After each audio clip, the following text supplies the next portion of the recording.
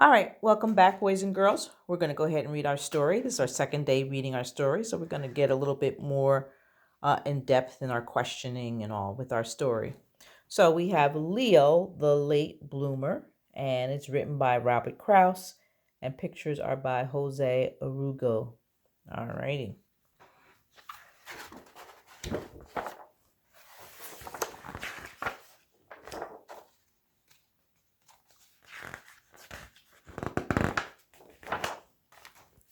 And we see Leo there. He doesn't look happy. And this Leo, is he a big tiger or a little tiger? He's a little tiger. What's the name of a little tiger? We learned that in our first story. When it's a baby tiger. It's called a cub. Yes, so Leo is a baby cub tiger. Leo couldn't do anything right. And as we look at the 2 pages, we see that Leo doesn't look very happy.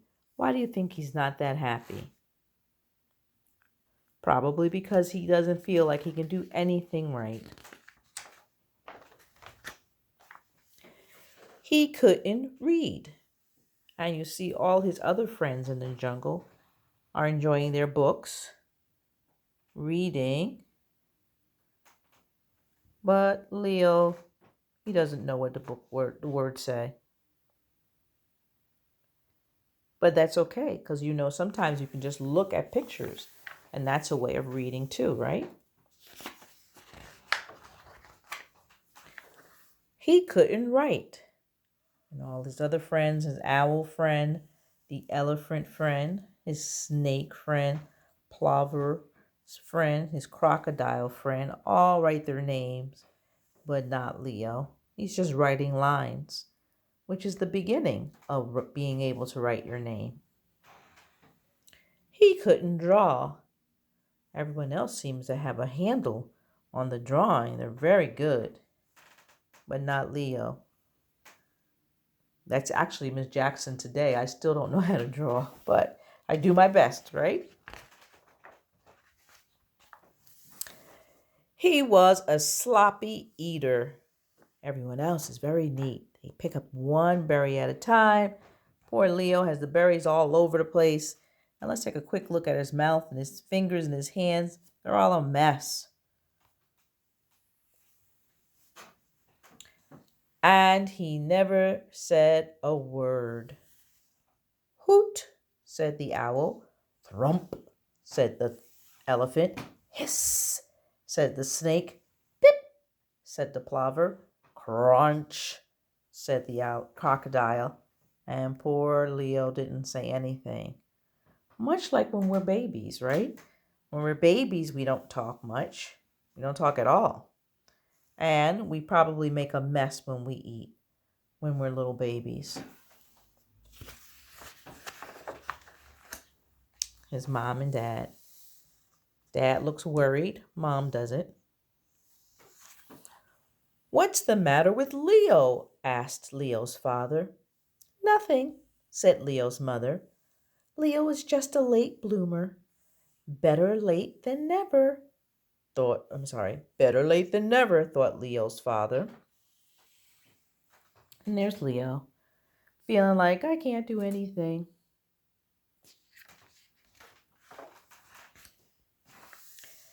Every day, Leo's father watched him for signs of blooming. So his father's trying to peek at him, and Leo's doing nothing. Why do you think his father was worried? Why do you think his father was watching him every day? Yeah, he was watching him to find out, hey, is he going to do anything? Is he going to start to talk, maybe?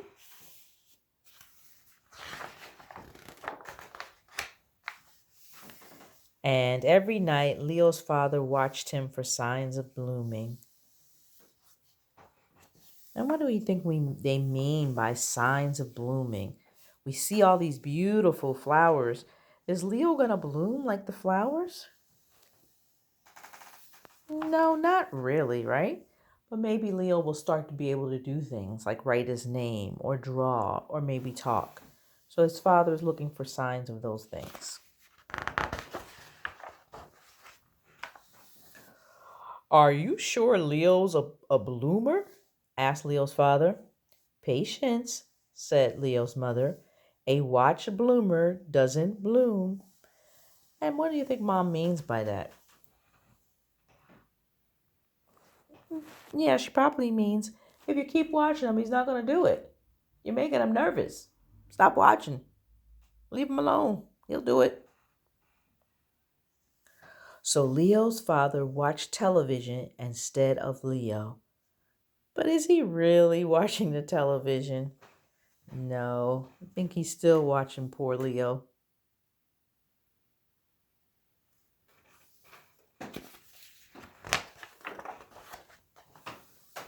The snows came. Leo's father wasn't watching, but Leo still wasn't blooming. Let's look at his dad's eyes. I think he's not really watching that rabbit, right?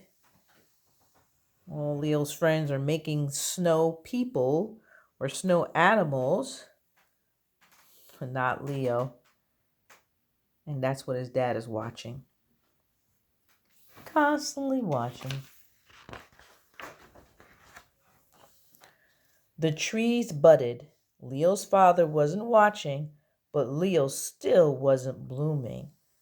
So all his friends are making nice creations with their flowers, not poor Leo. And look at his father. Look at his eyes. He's still looking at Leo. And all the friends are making some beautiful things with the flowers.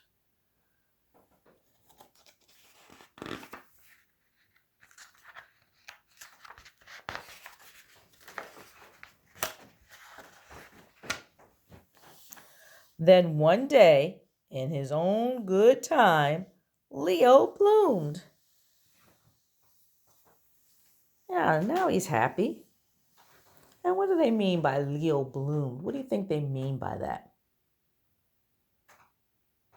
Yeah, that he probably started to be able to do some things that he couldn't do before. What are some things that he couldn't do before that he's doing now? He could read. Look at all the books he's reading. He's excited. And he's reading to his friends even. Probably kept studying his letters and listening to the sounds so he could sound words out. He could write. And we see he wrote his name very fancy. Nice job, Leo.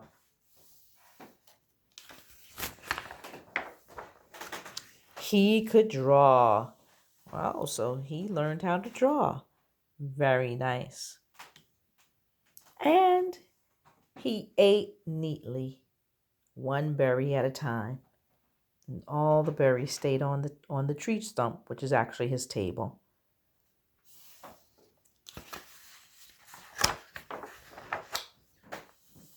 He also spoke, and it wasn't just a word, it was a whole sentence. And that sentence was, I wonder why Dad is looking worried now.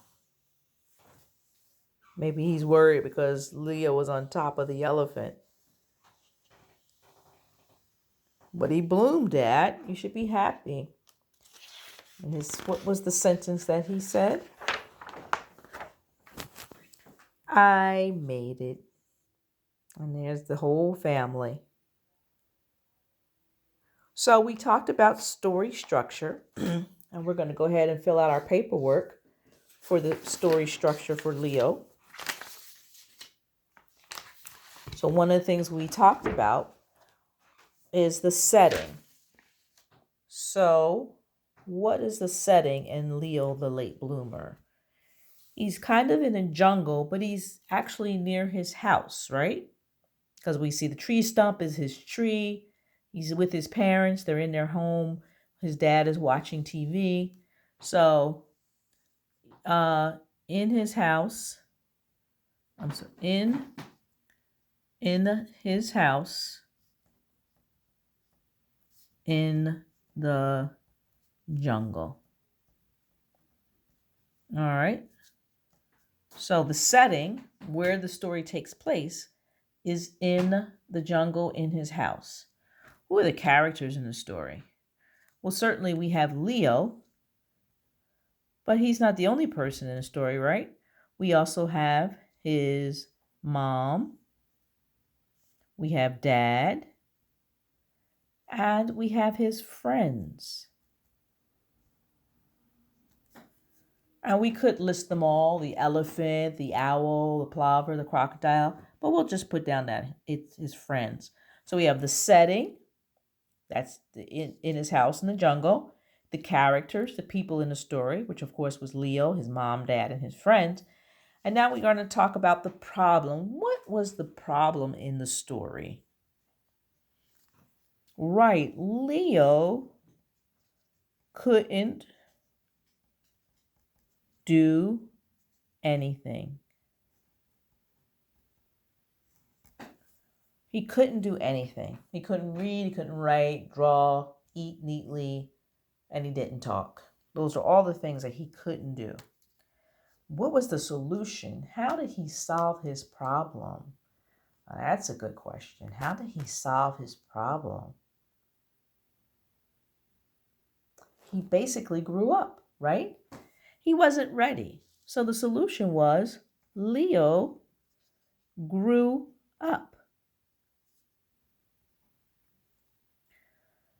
Another thought that you could have is maybe he practiced. Perhaps he practiced how to write his name, how to read, how to eat neatly.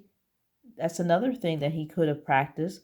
Leo practiced everything because that's the way you get better is to practice. Is there another way that he could have solved this problem? I think that's pretty much it. Leo grew up, he was ready, and he probably did some practicing. We saw him practicing with his friends. He wasn't happy about it because he couldn't do it, but in fact, he was actually practicing when he was trying to write his name and trying to draw and trying to read. And that's what we do in school ourselves. When we first came to kindergarten, we didn't know how to do a lot of things like read. We didn't know our letters. We didn't know letter sounds. But now, many of us are reading. Many of us know all of our letters and we know our letter sounds. And we're on our way to reading. So again, we growing up, we're getting older, and we're able to handle more things. And also by practicing, we can get a lot of things done. All right, so in your, you have some questions to answer, some Google form questions about Leo, the late bloomer. And also you'll be doing pages 44 and 45 in your practice journals. And when you come back, we'll be doing writing, which is writing a list. That'll be really simple. So I'll see you in a few.